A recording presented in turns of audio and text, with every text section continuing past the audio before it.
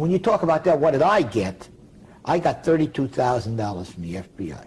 Over how long a period of time? Over the time I was with them.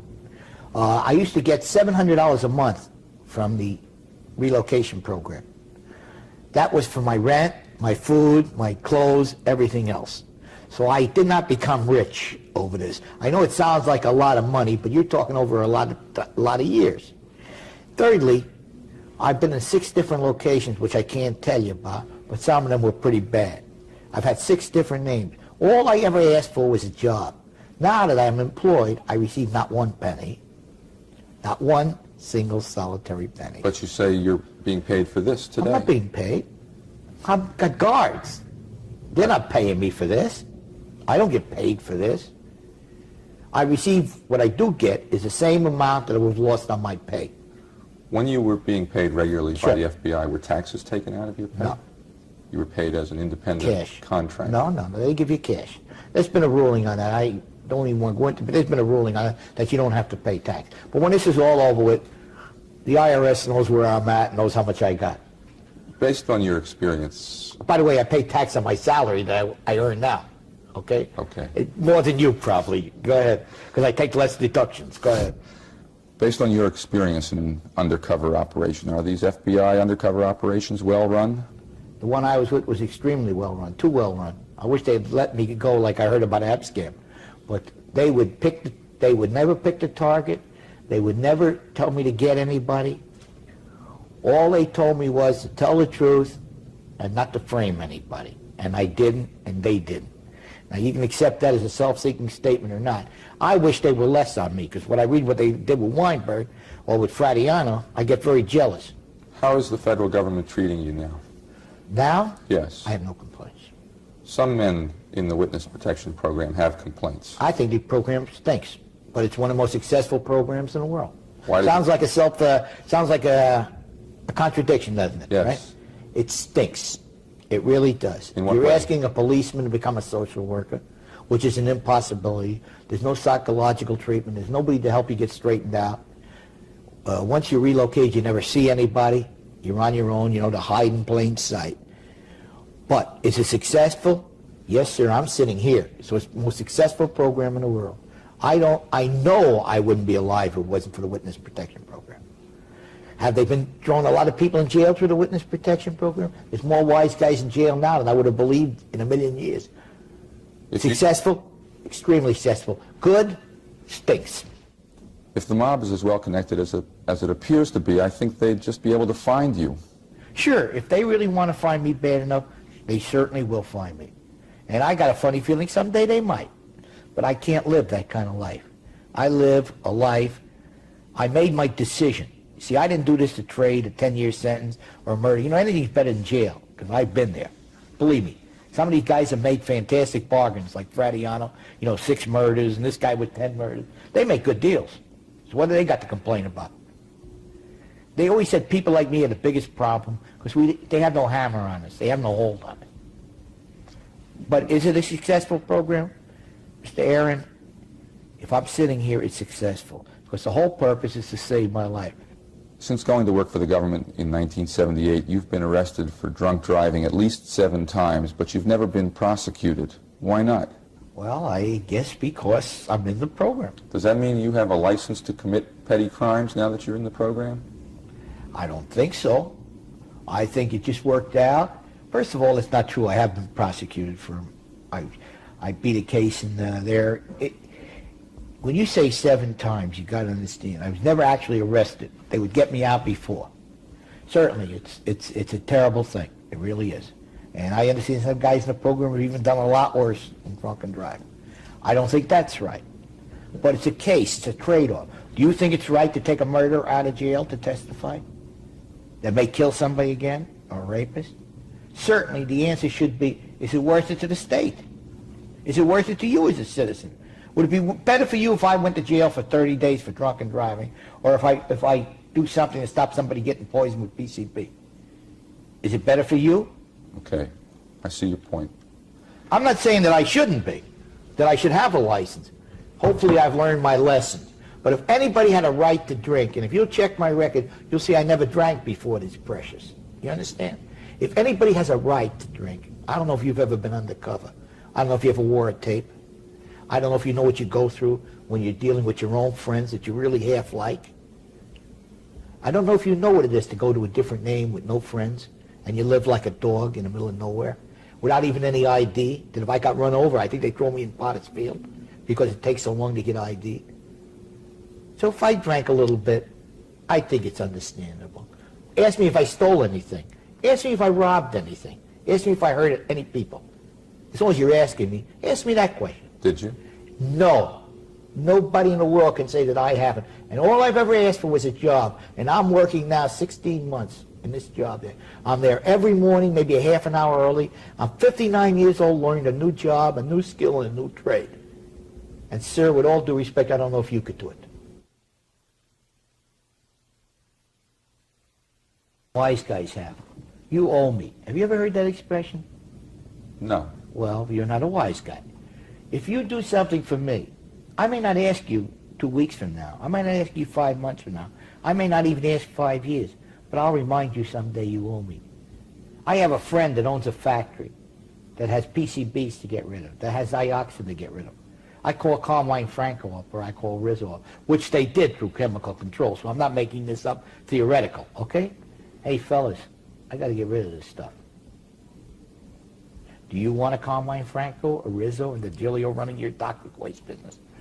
Anthony Rizzo, pictured here, and Carmine Franco were key figures in the garbage conspiracy. Last Friday, they were sentenced to 6 months in jail and fines totaling $90,000. The conspiracy revolved around a system of so-called property rights. Essentially, it was a corrupt cartel that fixed prices and gouged non-residential customers. Threats of violence kept cartel members in line, and the chief enforcer, according to Kaufman, was John DiGilio of Bayonne and the Genovese crime family. Same testimony I gave the Congressional. The same testimony I gave to Florio, I'll give to you. Do you want the same guys that have property rights, that are controlled by organized crime, controlling your toxic industry? And in the state of New Jersey, in order to get a license to transport toxic waste, it costs you $50 if you have a PUC license. No investigation, no qualifications. You know, let's go back to Duane Marine, where I was president of. Anybody that'll give Duane Marine a license has This is a company in Perth Amboy. Has to have a mental institution. Duane Marine, a chemical storage company, was the scene of a spectacular fire in 1980. Son of chemical control, you might call it. The company was owned by a friend of Kaufman's, as he'll explain. And when he uses the term grave, he's talking about a New Jersey law that requires industry to keep track of all toxic chemicals from their cradles to their graves. How could he get rid of how could he get rid of toxic waste? He was the grave, you know, the cradle of the grave. What's he going to do? Bury it under the concrete? He had no landfill. He has no incinerator. He has a big ocean there he was throwing some drums in. But how was he going to get rid of it? Wouldn't that be a good question? If you're the grave, doesn't that mean that you're going to get rid of it? Yeah. Eddie spent every nickel he got. Them drums would be still sitting there if the fire hadn't fortunately started.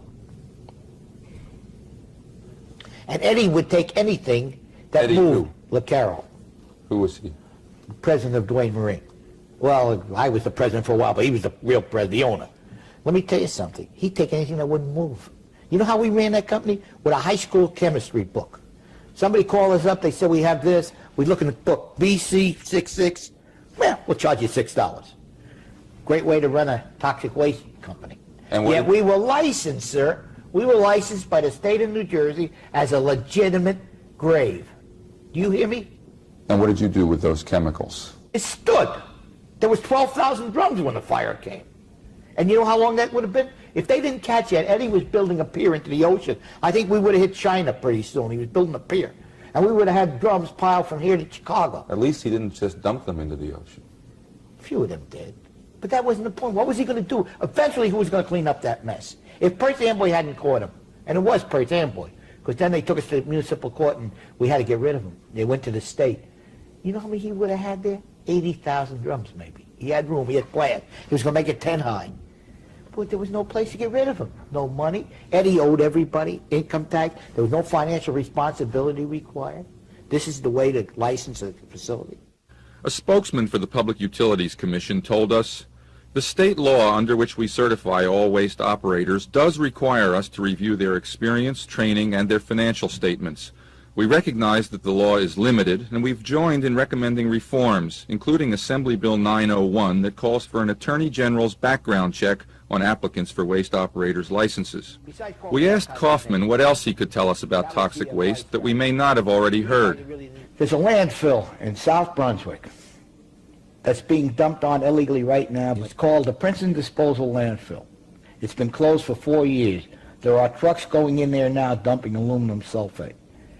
And what I'm telling you now, I can prove to you, there's been airplane reconnaissance, but I know about all the commingling.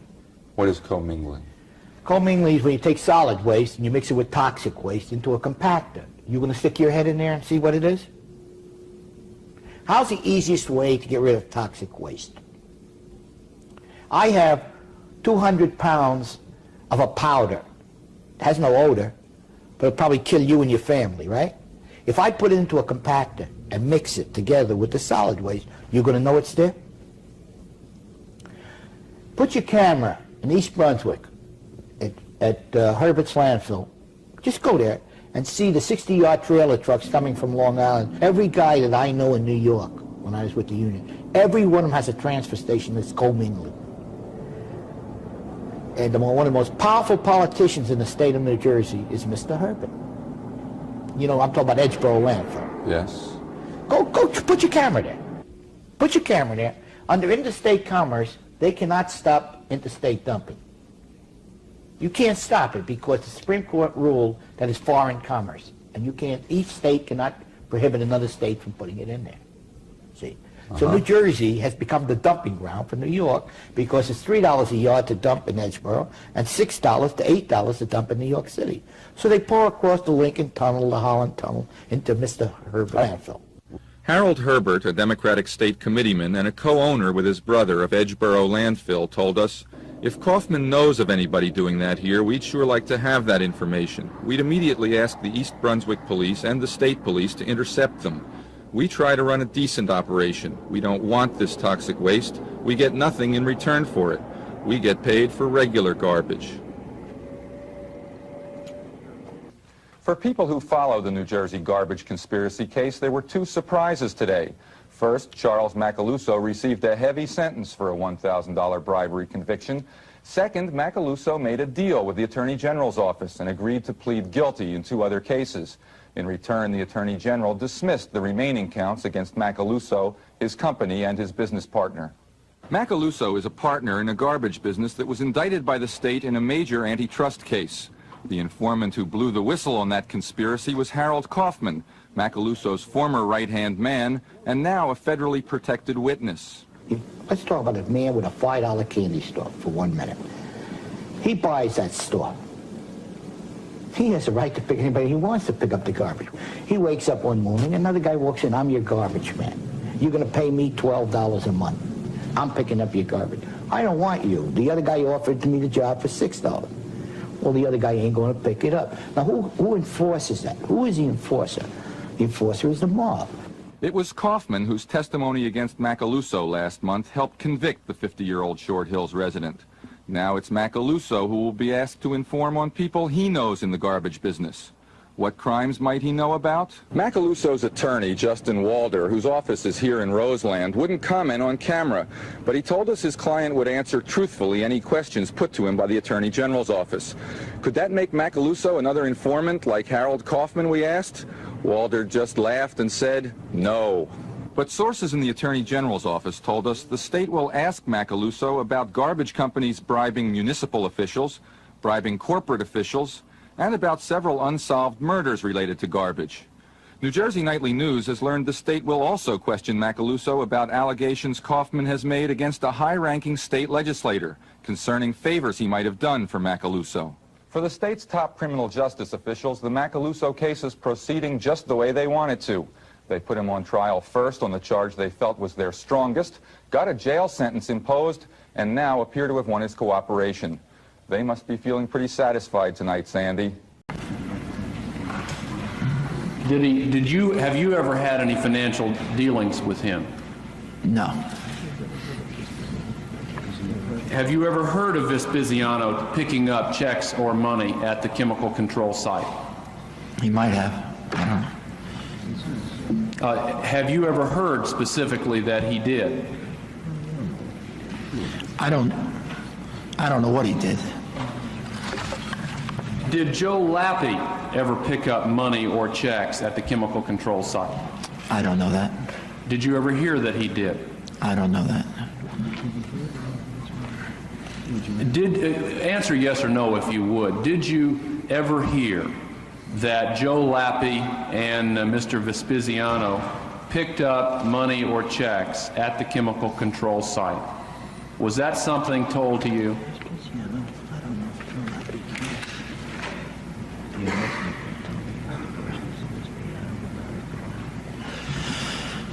The first part of the question, Mr. Vespasiano, I have to be a little bewildered when I look at your people, intelligent people, when a man can sit here and tell you that the company of Duane Marine was a fraudulent company.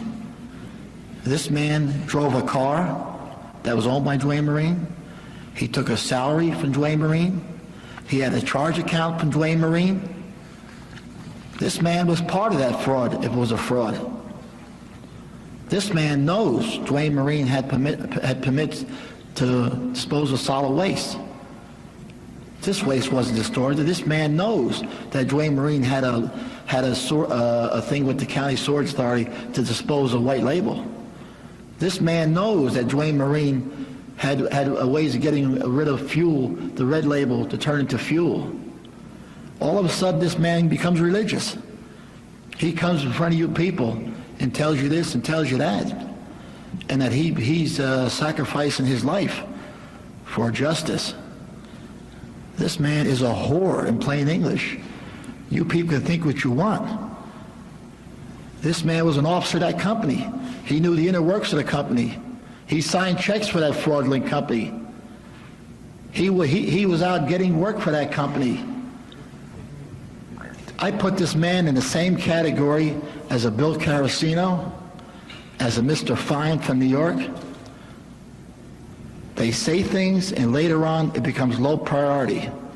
One man tells a lie, Mr. Fine tells a lie and loses a job for lying. He gets Mr. Carasino to come and tell a lie to try to make his lie come true. Because people come in here and volunteer what you people want to hear or what somebody wants to hear.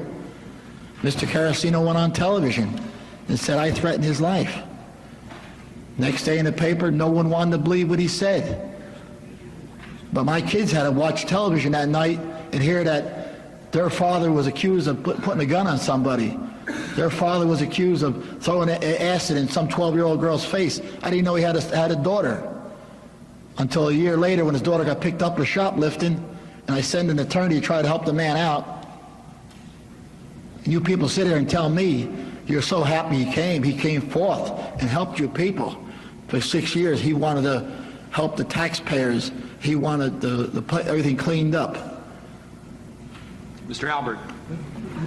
Mr. Chair, let me ask one question. Excuse me. In other words, Mr. Albert, Mr. Rinaldo, excuse me, just one moment. Did you have anything further you wanted to say at that point? Anything more I can say is the same thing. If you want facts, we give you facts. Proceeding in the record.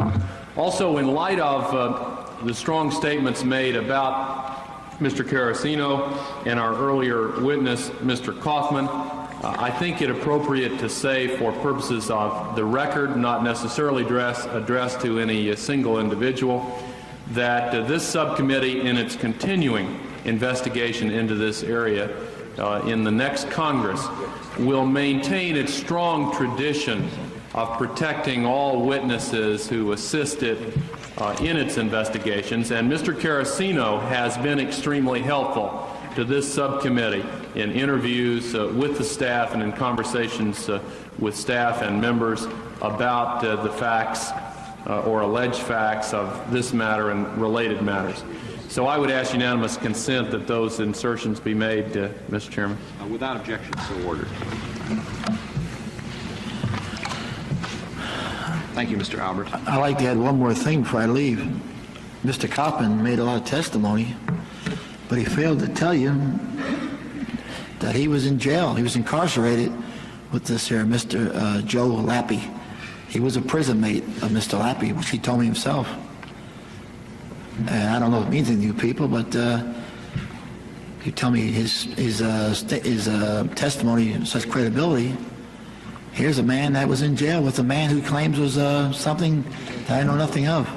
Mr. Chairman, if I might add, the witness stated that Mr. Kaufman failed to tell us that, and he did not fail to tell us that. He did tell us that. We're quite aware of that, and that is one reason why he is so familiar with Mr. Lappy's operation. Well, he must have said it to you in private. I didn't hear it here today. That's correct. That's correct. He did not conceal it from us. Thank you, Mr. Chairman. Thank you, Mr. Albert. Thank you. Our next witnesses are two detective sergeants of the New Jersey State Police who have been assigned to the Toxic Waste Unit and have been investigating the infiltration of organized crime members of the toxic waste industry.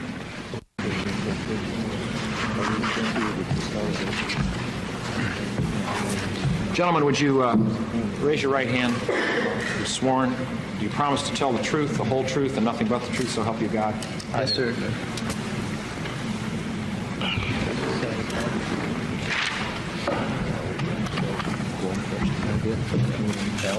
Yeah. Mr. Gore?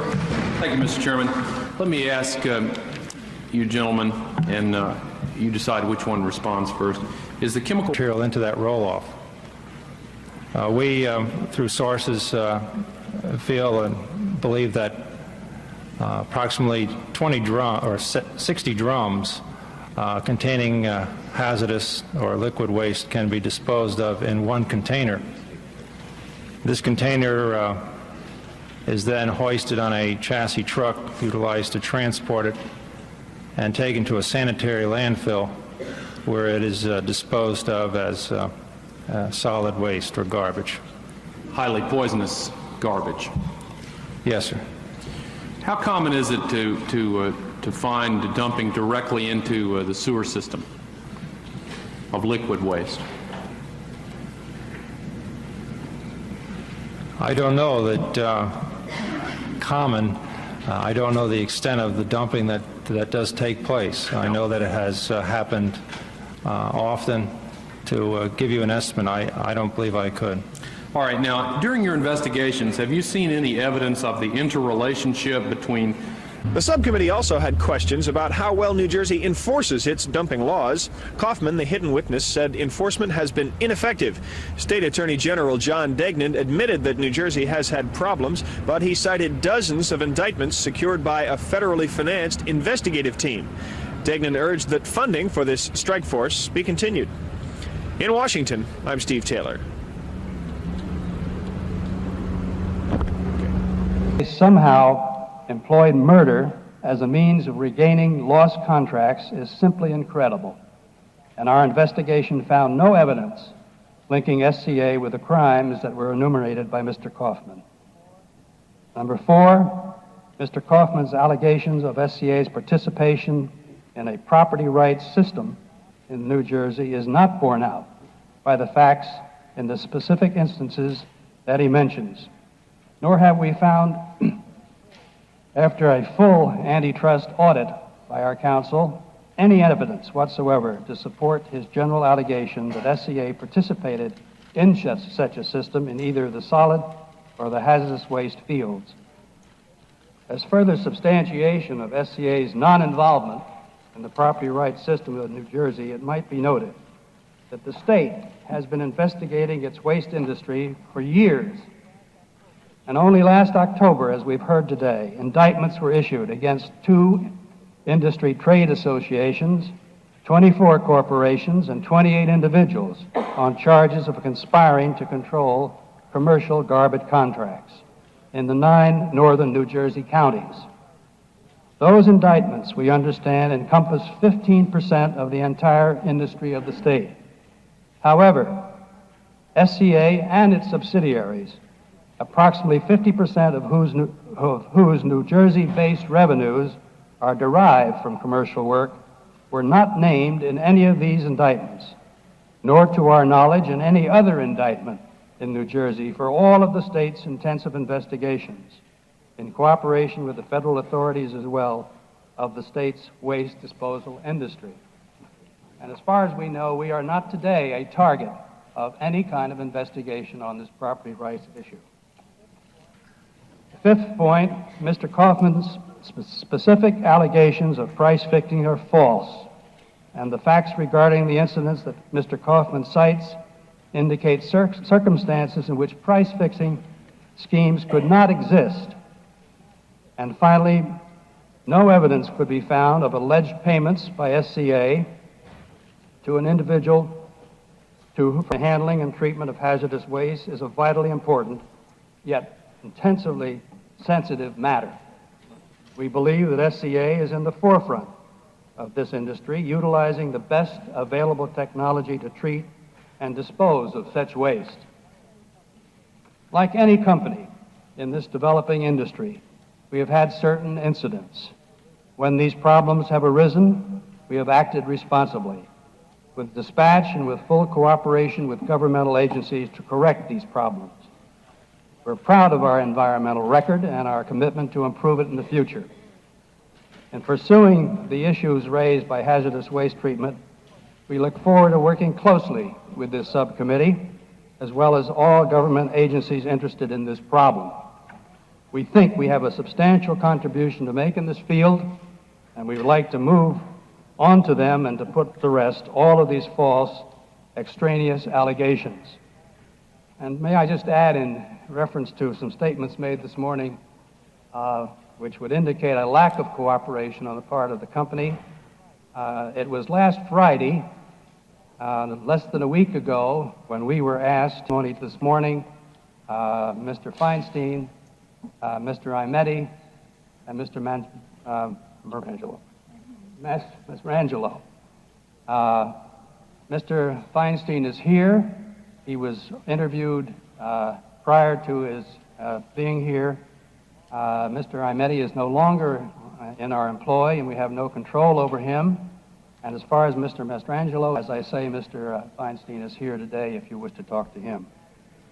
I would like now to introduce Mr. Viola, who will briefly summarize his prepared statement. And then we will both be available for any questions that you may have. Mr. Viola. Chair, I believe Mr. Viola has already been sworn. Yes, so yes, you may sir. consider yourself recognized for such statements you choose to give. Mr. Chairman and members of the subcommittee, my name is Tom Viola. I'm president of SCA Services Incorporated. Before I answer your questions, I would like to summarize my prepared statement, which I have submitted to the subcommittee. Ms. Viola, I assume then you're telling us, sorry. Last December, this subcommittee heard sensational allegations about me and my company from a man named Harold Kaufman. Even though the allegations were false, I was not contacted nor given any opportunity to defend myself before the matter was made public.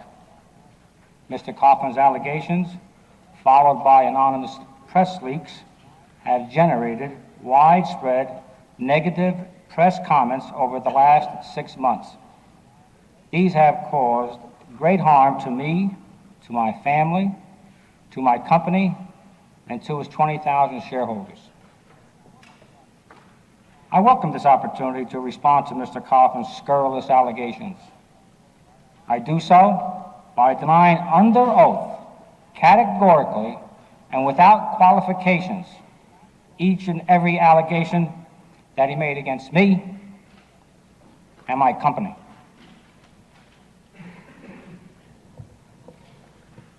When your investigation is complete, I'm sure you will see Mr. Kaufman's allegations for what they are, lies. Let me tell you first a little bit about my family and communities around the country. You can imagine the setback to all of our accomplishments and hopes when we were hit out of the blue with Mr. Kaufman's charges. I feel that many aspects of the subcommittee's investigation have been handled unfairly. I do not attribute any of this to the current chairman, Mr. Dingell, who was not with the subcommittee last session. But I do want to say that the handling of the situation has made it extremely difficult for us to defend ourselves in the public eye. I have concluded that the only way to resolve this matter is to come here, tell the truth, and answer all of your questions fully. The truth is that Mr. Kaufman's charges against me and SCA are lies.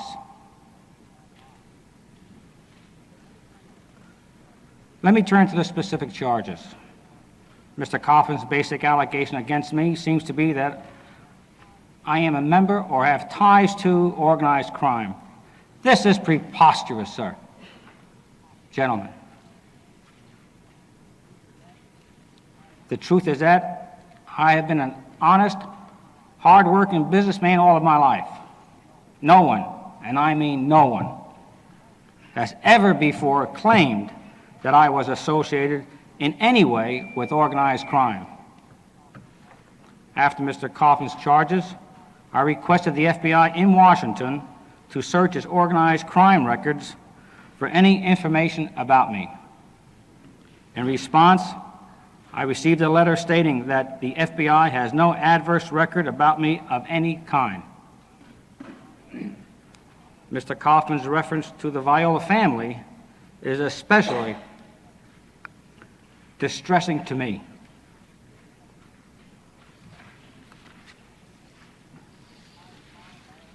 The entire Tom Viola family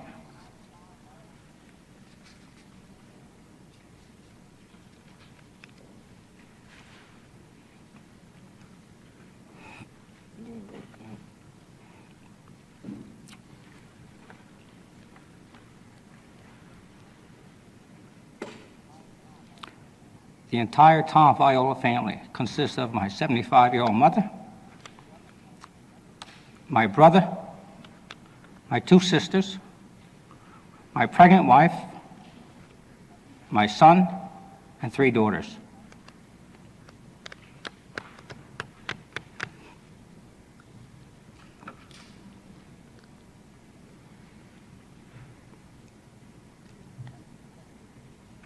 Any suggestion that these quiet, law-abiding individuals constitute a criminal enterprise is ludicrous. Worse, it is tragic.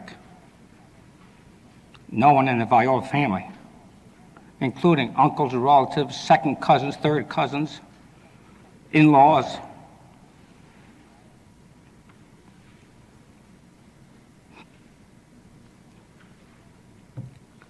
has ever been convicted of a crime. Newspaper records in the community where we have lived for generations show that no one has ever before claimed that the Violas had any connection with organized crime. Take a drink.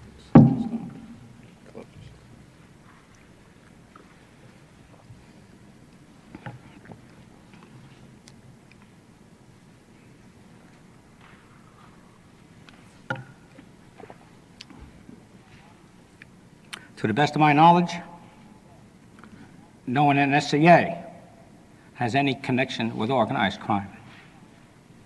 And organized crime exercises no control or influence over SCA. In 1972, long before I became president, a company that SCA acquired had undisclosed owners who, according to the government, had criminal connections. SCA cooperated fully in the government's investigation. All ties were severed with the representative of these people even before I became president. Mr. Kaufman's wild and false claims that SCA was implicated in 2 murders has been refuted by special counsel. I simply add, I have no personal knowledge about either of these matters or the tragic killing last December of Crescent Roselli, a valued employee of SCA. Excuse me.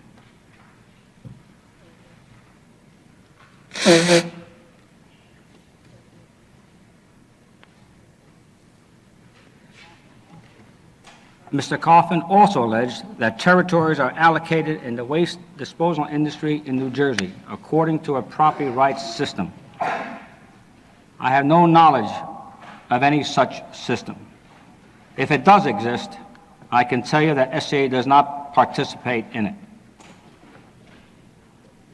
SCA's business in New Jersey consists in large part of municipal trash hauling contracts. These contracts are subject to competitive bidding and are regulated by the Board of Public Utilities.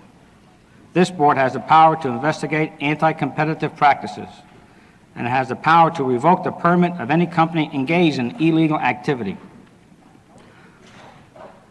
No SCA company has ever been charged or disciplined by this board, the Board of Public Utilities. Our activities in New Jersey belie any property rights system. Over 20% of our municipal business is new in the last 5 years. During the same period, we lost, mostly through competitive bidding, contracts in 16 towns we had previously served. We also submitted competitive bids on 47 towns in which we were not successful. 15 times we brought suits to vindicate our legal rights in competitive bids where we lost. I suggest to you, gentlemen, and this committee, and to others in this audience, I suggest to you that these actions are not the actions of a company whose territories are allocated.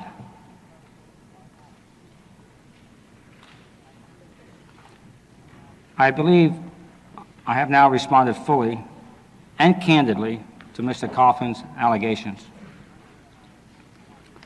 The only thing I can't explain is why he would lie about SCA and me. I do not know Mr. Kaufman.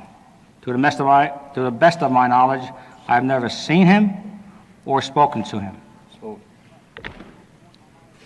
But I am informed by my attorneys that Mr. Kaufman has been sentenced to more than 150 years in prison for forgery, passing stolen or worthless property, assault, grand larceny, armed bank robberies, and various other felonies. I have no idea whether he had a specific reason to defame us